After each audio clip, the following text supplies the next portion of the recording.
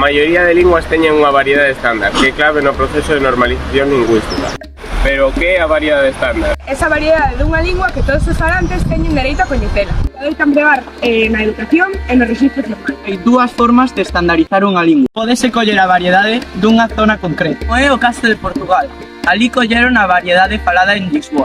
Ou ben, como no caso do galego, coller distintos fragmentos das distintas áreas dialectais. Iso, todos aqueles galegos que din que non se senten representados pola variedade estándar, ¡menten! Pois foi minuciosamente escollido para que todos e ningún se sintan representados.